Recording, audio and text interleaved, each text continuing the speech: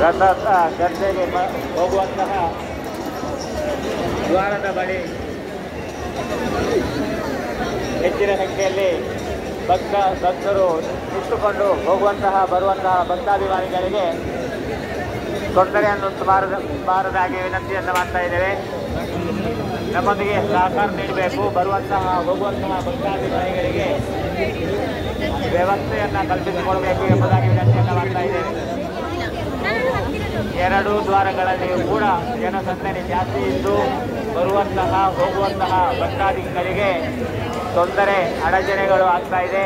ಆದ್ದರಿಂದ ದಯವಿಟ್ಟು ಗಮನವನ್ನು ಹರಿಸಿ ದ್ವಾರಗಳಲ್ಲಿ ಯಾವುದೇ ಕಾರಣಕ್ಕೂ ನಿಂತುಕೊಂಡು ಮಾತನಾಡುವುದನ್ನು ಮಾಡಬಾರದು.